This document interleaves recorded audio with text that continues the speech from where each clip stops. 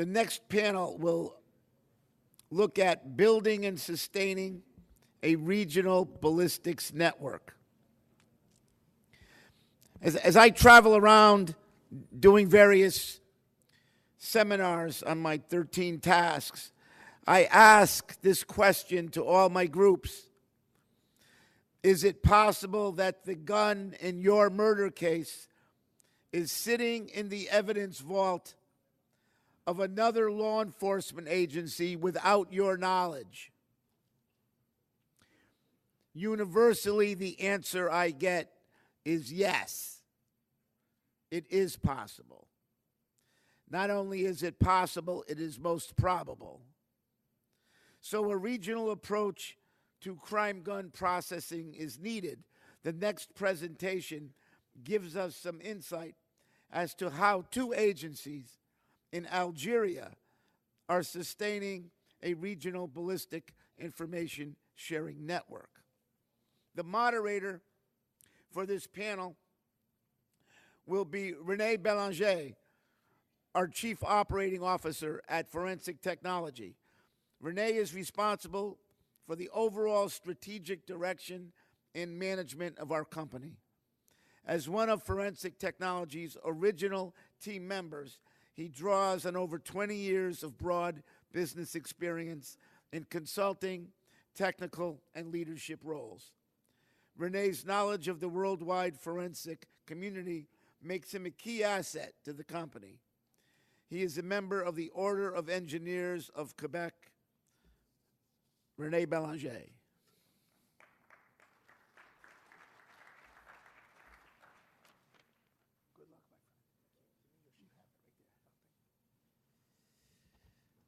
Bonjour, je vais en profiter pour introduire nos invités en français, si vous voulez mettre vos écouteurs.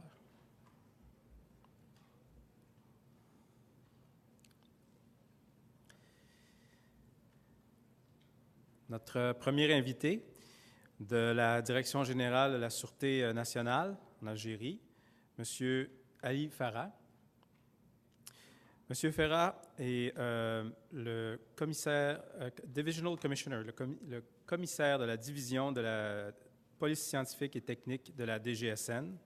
Il a commencé sa carrière en 1988 comme ingénieur chimique à la police scientifique et technique d'Algérie. Merci.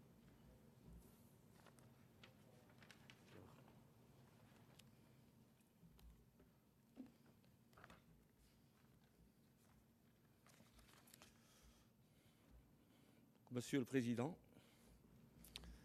Monsieur le responsable du programme des armes à feu à Interpol, Monsieur Robert Walsh, directeur et président de Forensic Technology.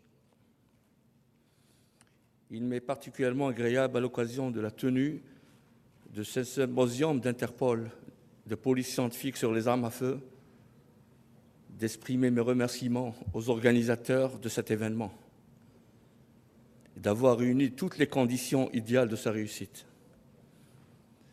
Ma gratitude s'adresse également à l'équipe de M. Robert Walsh pour l'excellent partenariat liant mon pays, l'Algérie, à cette firme Forensic Technology et son représentant Moussa Mousselman en Algérie pour leur assistance technique et leur soutien indéfectible à la police algérienne en matière d'exploitation de cette technologie innovatrice qui a pu transformer la chaîne criminalistique au niveau de la police nationale. Les résultats réalisés à ce jour par les différents utilisateurs de cette technologie traduisent non seulement le degré d'engagement de nos différents États, mais également le haut niveau de conscience et de préoccupation collectifs face aux défis sécuritaires qui se posent avec acuité dans la lutte contre les différents crimes de criminalité, liés notamment celles liées aux armes à feu et sa connexion avec le crime organisé et le terrorisme. Nous sommes rassemblés aujourd'hui grâce au partenariat d'Interpol avec Forensic Technology en signant cet accord avant le premier symposium de 2011 pour débattre d'un thème de la plus grande importance, à savoir la criminalité par arme à feu que nous avons énormément souffert en Algérie à partir des années 90 jusqu'aux années, je dirais, 1999. Cette criminalité que nous l'avons subie nous a permis de voir quels sont les moyens et les capacités à mettre en œuvre pour arriver à la réduire. Certes, dans les premiers moments, c'était l'engagement, le sacrifice et les moyens de la police technique et scientifique. La police technique et scientifique a fêté ses 50 ans d'existence. Ça a coïncidé avec l'indépendance de l'Algérie. Nous existons depuis 50 ans en matière de pratique de criminalistique. Au début, nous avons eu quelques spécialités dans les années 63 jusqu'à 70, spécialités de toxicologie, de médecine légale, d'empreinte digitale. À partir des années 80, 85, il fallait mettre en œuvre des moyens uniformisés en matière de pratique de criminalistique. Donc, il y a eu le laboratoire central de la police technique et scientifique, qui était un laboratoire de soutien à tous les services de sécurité et à la magistrature. Mais avec les événements de 1991 et ces changements, il a fallu trouver d'autres capacités pour soutenir ces enquêtes, je dirais des enquêtes très complexes. Ces complexes, il fallait les vivre sur le plan opérationnel, les traduire par l'expertise et les traduire par le renseignement criminalistique. Donc, il y avait un projet de mettre en place un centre national d'expertise criminalistique. Et grâce à cette volonté politique, par rapport aux enseignements tirés de la lutte antiterroriste, il a été mis en place, sous l'égide de notre président de la République, un centre national d'expertise qui permet de capitaliser toute l'expérience au profit de la communauté sécuritaire dans le domaine de la criminalistique.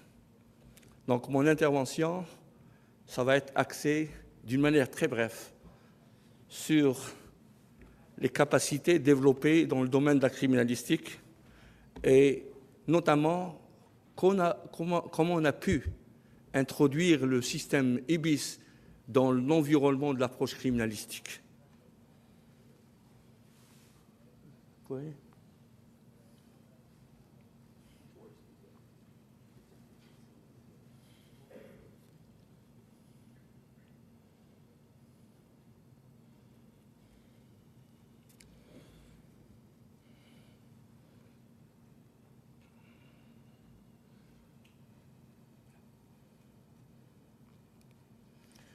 Donc, la chaîne criminalistique au sein de la DGSN, les moyens et les capacités de la police scientifique et technique d'appui aux enquêtes criminelles, l'apport stratégique des bases de données, notamment le système AFIS, le système IBIS et le laboratoire d'ADN.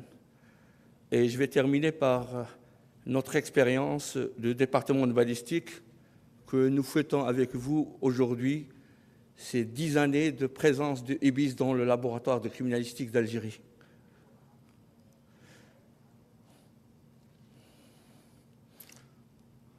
Donc, parmi les capacités développées dans la police technique et scientifique, vous savez un peu l'exploitation des technologies nécessite la ressource humaine. Donc, au début de l'indépendance, avec la création de la police technique et scientifique, on était une trentaine de spécialistes.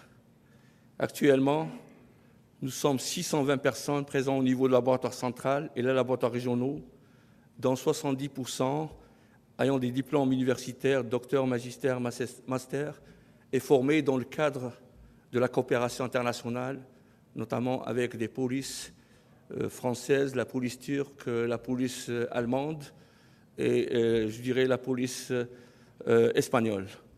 Vous savez, l'étendue géographique de l'Algérie, 2 380 km², nécessitait pour faire une meilleure approche de la criminalistique le déploiement de techniciens de scènes de crime.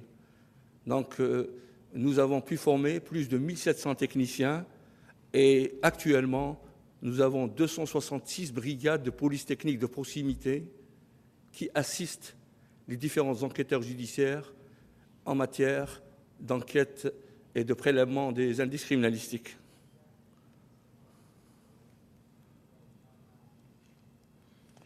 Les ressources humaines en matière de formation spécialisée, des formations de haut niveau d'experts en matière des sciences criminalistiques ont été dispensées.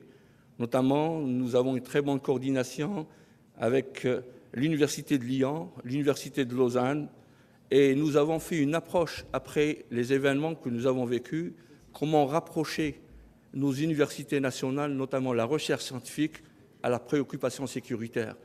Et c'était un élément fort. Et grâce à notre collègue qui est là, le colonel Msaoudi, et je dirais la Sûreté nationale, nous avons pu mettre en place un master de criminalistique au niveau de l'université algérienne. Ce master permet aussi de renforcer les capacités en matière de ressources humaines et l'exploitation de ces sciences criminalistiques qui sont déterminants dans la consolidation de la preuve pénale et notamment asseoir une justice qui administre des preuves criminalistiques par l'appui, je dirais, de la science et l'appui de l'approche purement scientifique. Et ça permet de mieux consolider un état de droit, ce que nous avons pu comprendre dans le vecteur stratégique de la criminalistique et son appui aux différentes enquêtes criminelles. Donc, la localisation des laboratoires, nous avons un laboratoire central,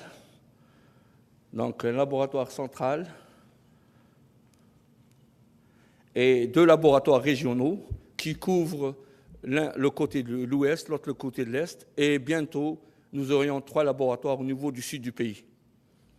Dans le cadre de la coopération internationale, on ne peut pas évoluer sans se créer ce réseau, je dirais, de coopération. Et nous avons eu une coopération très accrue en matière de police technique et scientifique, notamment avec l'OIPC Interpol.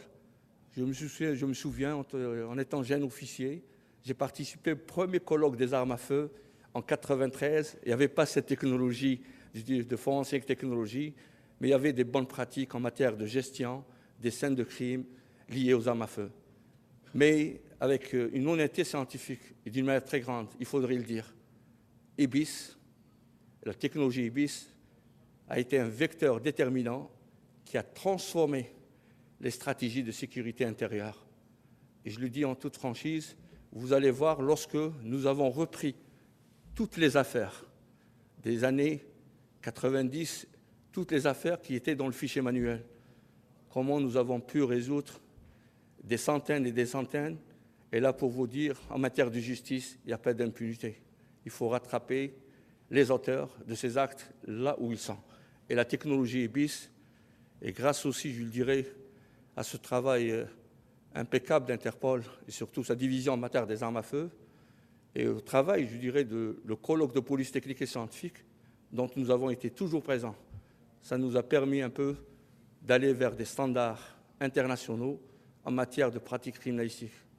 Parce que, je le dirais, la coopération internationale a gagné, notamment dans la standardisation des compétences, la standardisation des moyens, la standardisation des outils et des technologies et la standardisation des échanges d'informations à temps pour anticiper sur des événements douloureux qui puissent atteindre la vie humaine. Donc il serait très important d'avoir cette solidarité entre les services de sécurité et d'appuyer certains pays qui n'ont pas ces capacités et d'aller vers eux en matière d'échange. Et je pense, on est ici présent et on a vu les différentes expertises et le haut niveau des présentations, on a énormément appris. Et ces connaissances, je peux vous le dire, ce sont des protocoles, ce sont scientifiques, mais ce sont des protocoles qui préservent la vie humaine et développent le droit humain et assurent une meilleure sécurité des communautés au niveau international. Donc, j'essaierai d'être un peu plus bref.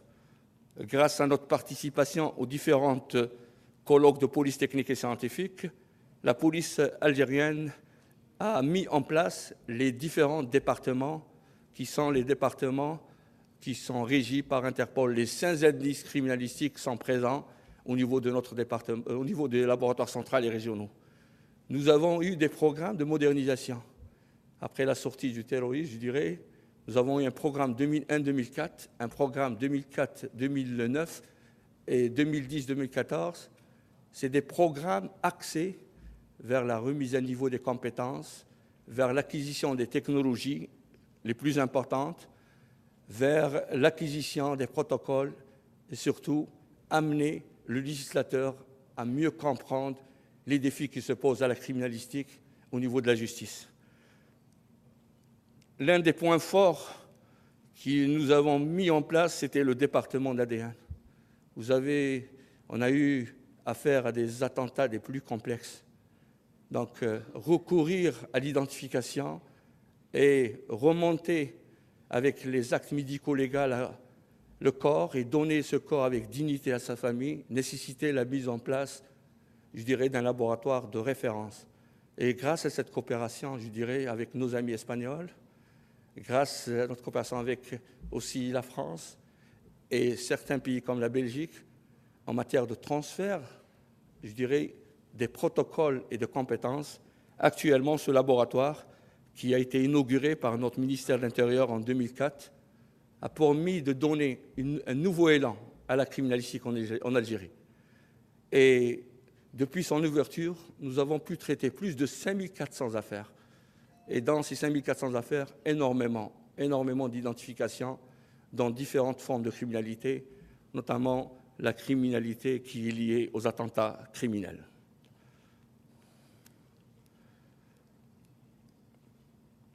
J'aborderai aussi l'une des défis que nous a été posé par l'identification des empreintes digitales. Donc, nous avons pu mettre en place en 1999 le système AFIS au niveau central, mais en 2011, nous avons acquis une nouvelle technologie avec la firme Cogent. Donc, cette technologie a introduit les traces palmaires et aussi les traces digitales, les traces de l'écrivain et la reconnaissance faciale. Et en faisant rentrer les 2 millions de fichiers dactyloscopiques récemment, je pourrais vous dire que cette technologie nous a permis encore de remonter des crimes et de remonter des identifications très importantes. Donc, la technologie EBIS et la technologie AFIS et le laboratoire d'ADN ont été une partie intégrante de cette modernisation de la police technique et scientifique. Sans oublier les départements, je dirais comme le département d'explosifs, où son expertise au plan opérationnel, durant les années, je dirais 90 jusqu'à 2003, a permis aussi de donner une nouvelle vision, même dans le cadre de la coopération internationale, concernant les modes opératoires utilisés, et nous avons pu échanger ces informations criminalistiques au niveau de différentes instances dans Interpol, dans le comité, le Conseil arabe, je dirais, des ministres de l'Intérieur, au niveau des Nations Unies, et ça a été très fructueux pour démontrer encore plus que ce phénomène était un phénomène transnational et qui pouvait frapper partout. Et la seule force de frappe, c'était la valorisation des compétences, le recours aux technologies et créer des réseaux de coopération déterminants. Parce que les criminels opèrent en réseau. Nous devons être très très forts dans cette coopération en réseau. Donc je vais aller directement. Donc aussi, il y a eu une modernisation assez importante. C'était le laboratoire de cybercriminalité. Donc ce laboratoire a été mis en place en 2009. Il permet de prendre en charge l'ensemble des preuves numériques et notamment aussi les preuves vocales.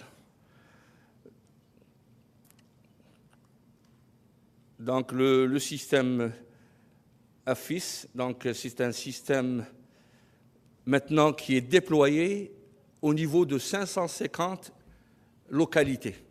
Donc nous avons déplacé l'expertise au niveau opérationnel pour être à la première ligne de défense en matière d'anticiper sur les crimes.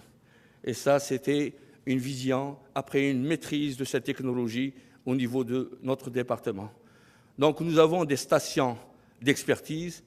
Nous avons aussi des stations opérationnelles en matière de gestion de scènes de crime.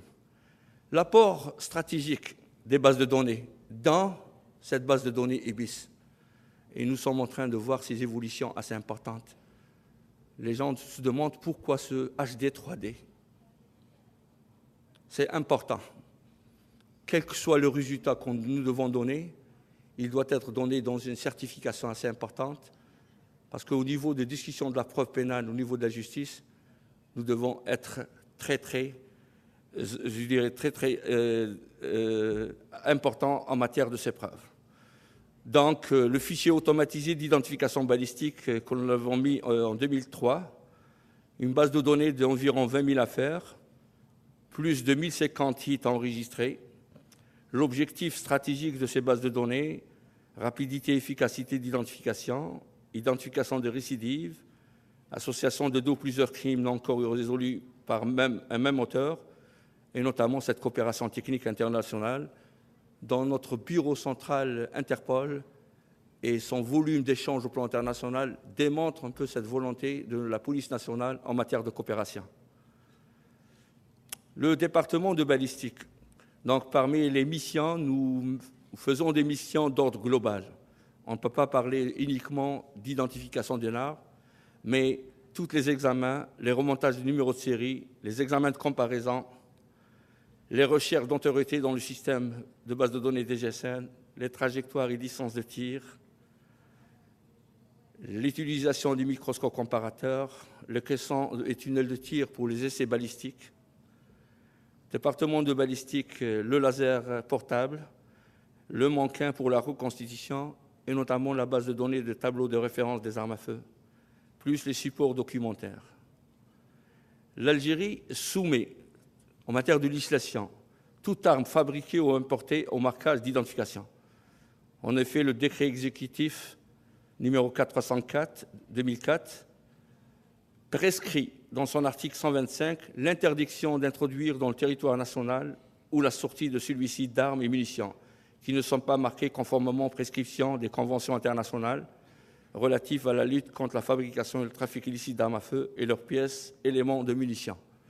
Nous étions très actifs au niveau des Nations Unies par rapport à ces instruments qui doivent être mis en place pour contrecarrer le trafic illicite des armes à feu et des munitions. Aussi, le commerce illicite des armes légères sous tous ses aspects, adopté par l'Assemblée générale des Nations unies en vue de prévenir et combattre et éliminer le commerce illicite.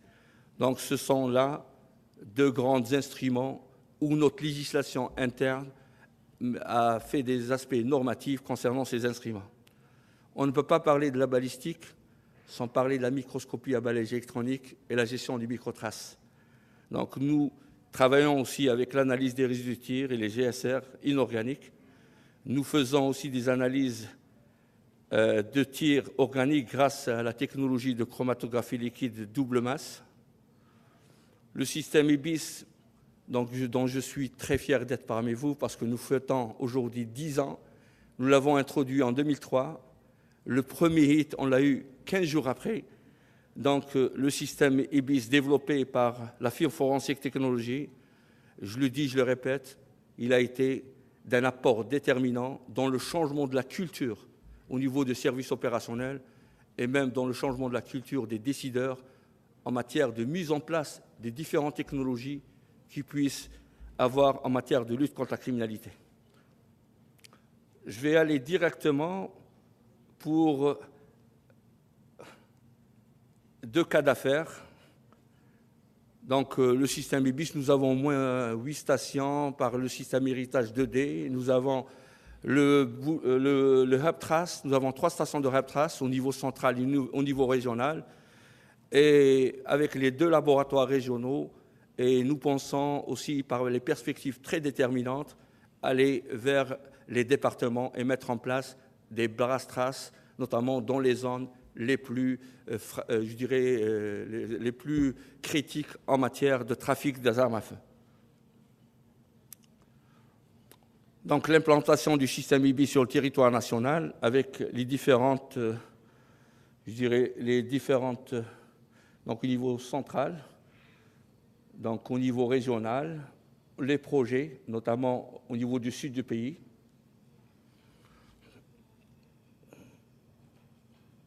Donc la date de création de la base de données, c'était en 15 mars 2003. Premier hit, 24 mars 2003. Nombre de douilles enregistrées, donc j'en ai parlé sur les 20 000, avec maintenant plus de 1050 hits.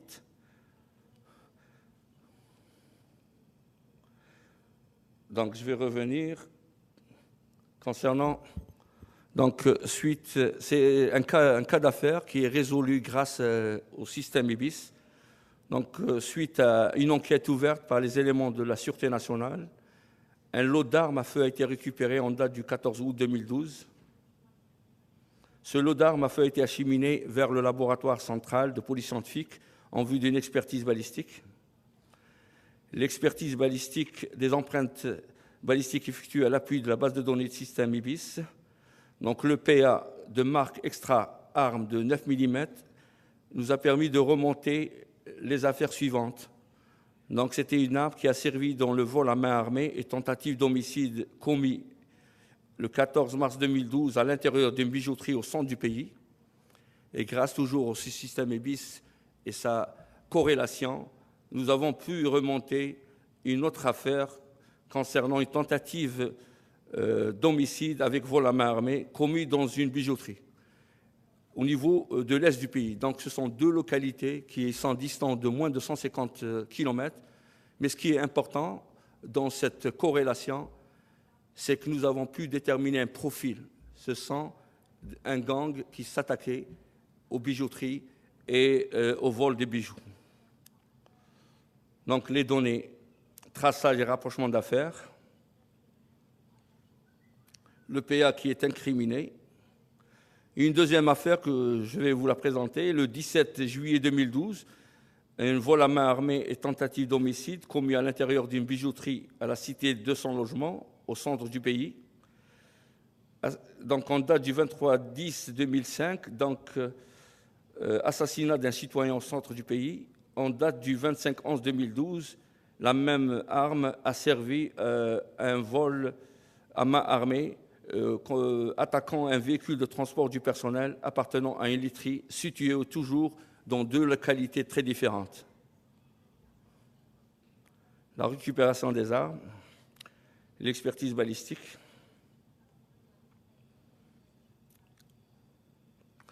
Donc à travers ces deux affaires, nous pouvons conclure une chose.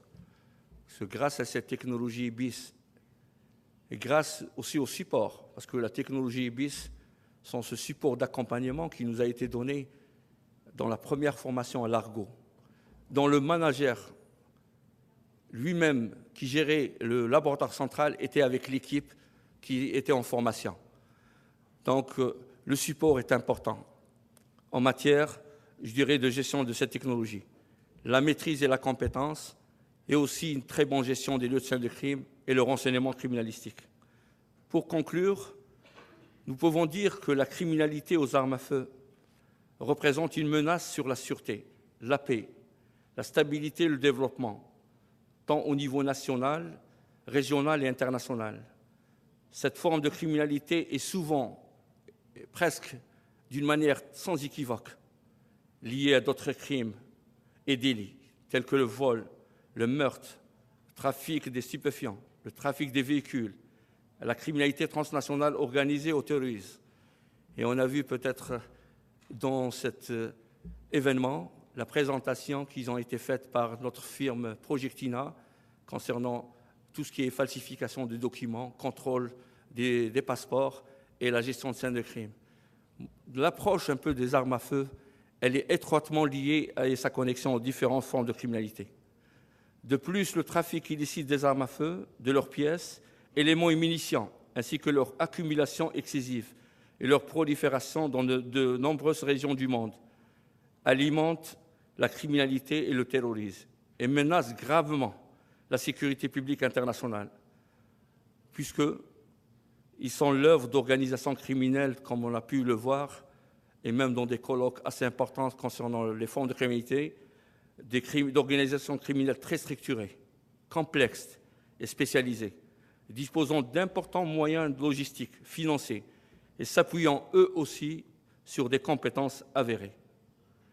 Par conséquent, c'est la conviction qui nous anime en Algérie, la mise en place d'une stratégie commune de riposte axée sur l'intensification et le renforcement de la coopération internationale et l'assistance technique à tous les niveaux, notamment le domaine de la formation spécialisée, l'échange d'informations, d'expertise et d'expérience, ainsi que le recours aux technologies de sécurité dans cette technologie et bis innovatrice. Nous considérons que ce sont les remparts les plus efficaces en matière de prévention et de lutte contre cette forme de criminalité et cette globalisation de cette menace. Mesdames, Messieurs, la participation algérienne à cette importante rencontre reflète notre conviction et notre engagement pour asseoir une coopération internationale de police et de sécurité fondée sur ces partages. En vous réitérant nos remerciements de nous avoir accueillis dans cette prestigieuse ville pour la qualité de l'accueil et la parfaite organisation de cette rencontre, je demeure convaincu que les résultats et les connaissances que nous avons appris contribueront sans nul doute à optimiser nos actions futures pour agir opportunément face aux problématiques sécuritaires qui se posent à nous et pour lesquelles, toujours, la coopération technique demeure et la formation la clé de la réussite. Et merci beaucoup.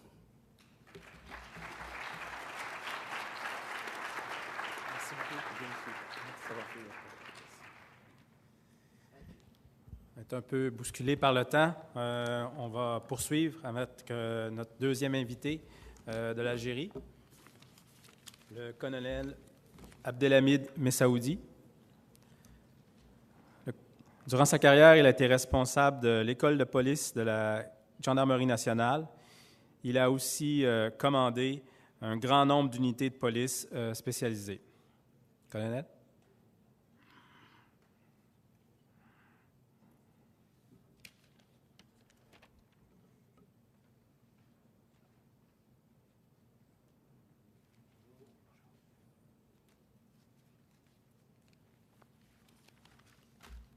Mesdames et messieurs, bonjour.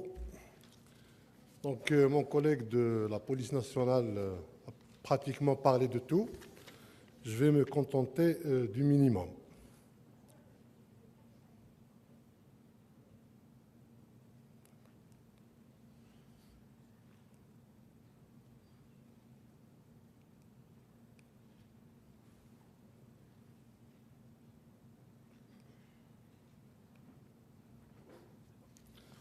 Tout d'abord, je voudrais remercier les organisateurs de ce symposium pour nous avoir invités, ce qui nous permet de faire la connaissance et la rencontre de pas mal de partenaires venus de différents pays du monde afin d'échanger.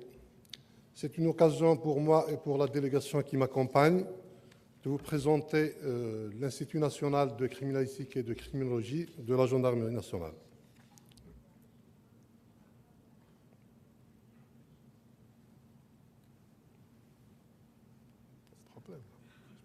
Pour faire passer.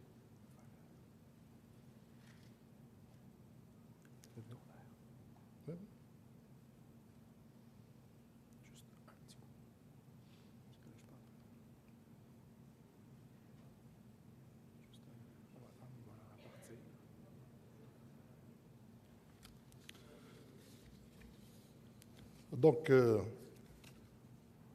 la Gendarmerie nationale, c'est une force de sécurité qui est chargée de la police judiciaire, mais qui relève du ministère de la Défense nationale. C'est un peu comme la gendarmerie française, la Guardia civile espagnole et certaines gendarmeries du monde.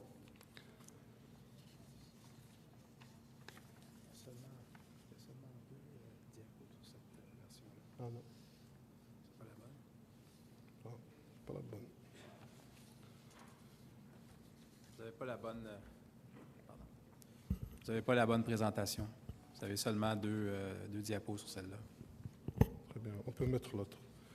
Le temps que ça s'arrange, donc je dirais que c'est une force de sécurité dont l'activité est orientée spécifiquement sur les zones rurales, tandis que la police nationale est compétente pour les zones urbaines. Voilà la distinction entre les deux institutions. Donc, pour ce qui est de... C'est bon ? Très bien. Pour ce qui est de l'Institut national de criminalistique et de criminologie, donc il a été créé en 2004. Néanmoins, il n'a été mis en service qu'à partir de l'année 2009, ce qui nous a donné le temps nécessaire pour préparer la ressource humaine nécessaire, ainsi que l'acquisition des équipements techniques et scientifiques. Cet institut a été créé donc, par la gendarmerie nationale. C'est pour permettre à notre gendarmerie de contribuer aux côtés de nos collègues de la police nationale, de lutter efficacement contre la criminalité. À titre d'exemple, nous avons 1400 unités réparties à travers le territoire de l'Algérie qui ont constaté, rien qu'en 2012, 4221 crimes et 59 290 délits, dont certains sont des délits graves. Très bien.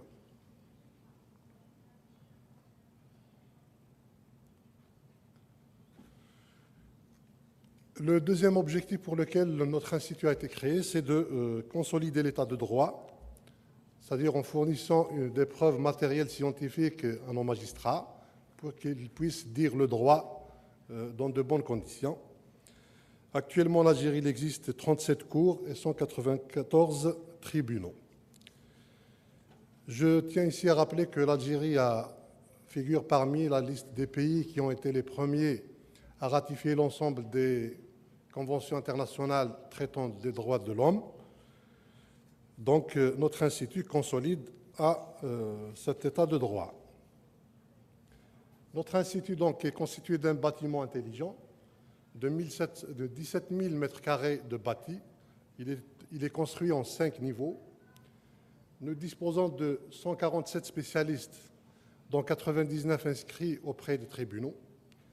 Nous avons 31 laboratoires de criminalistique et 18 de criminologie. Nous avons également un mini-laboratoire mobile que nous utilisons pour les affaires qui se passent au niveau d'Alger et les environs, ce qui nous permet de nous déplacer rapidement.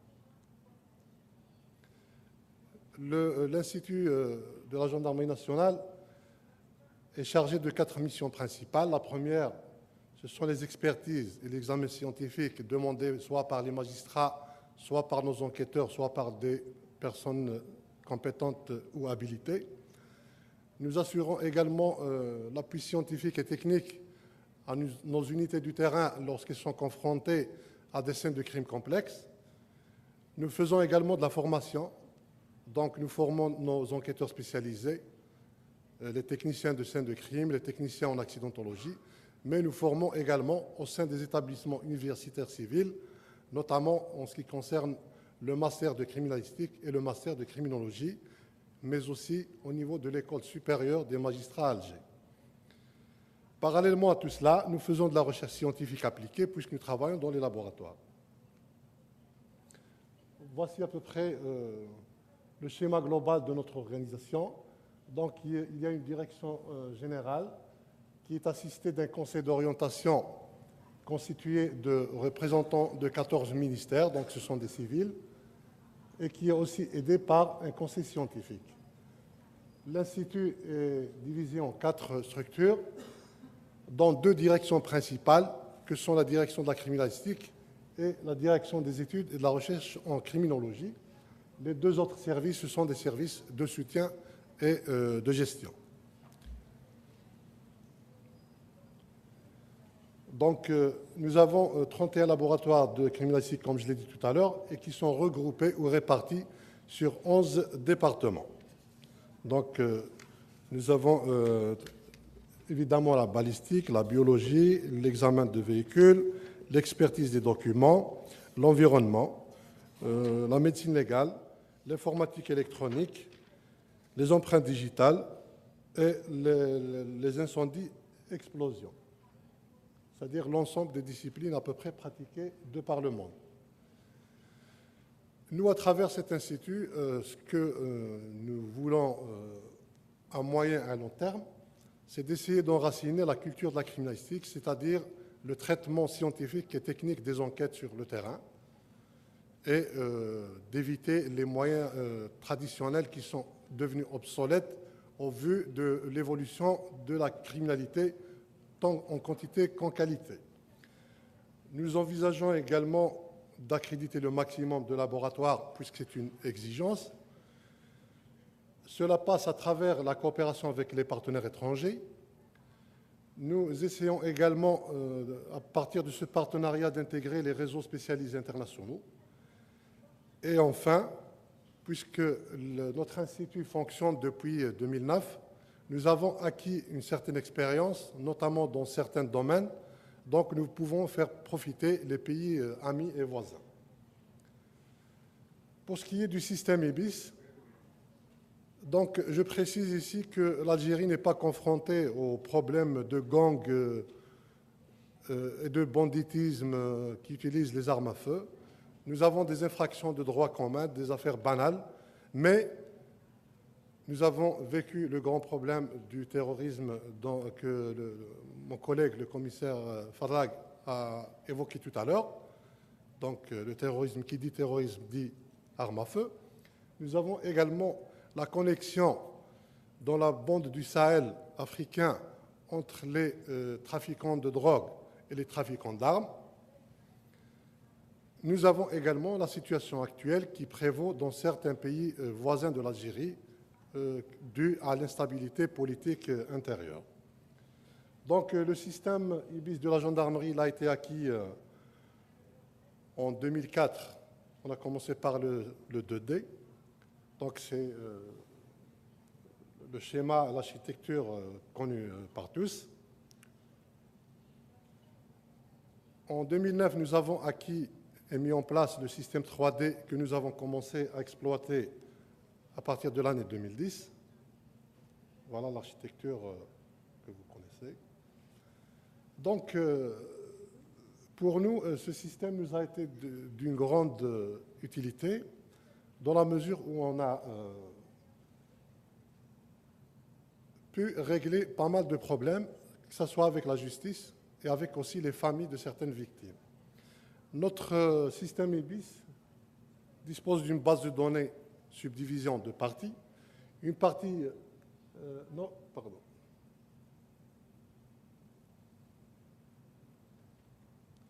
Une partie non criminelle.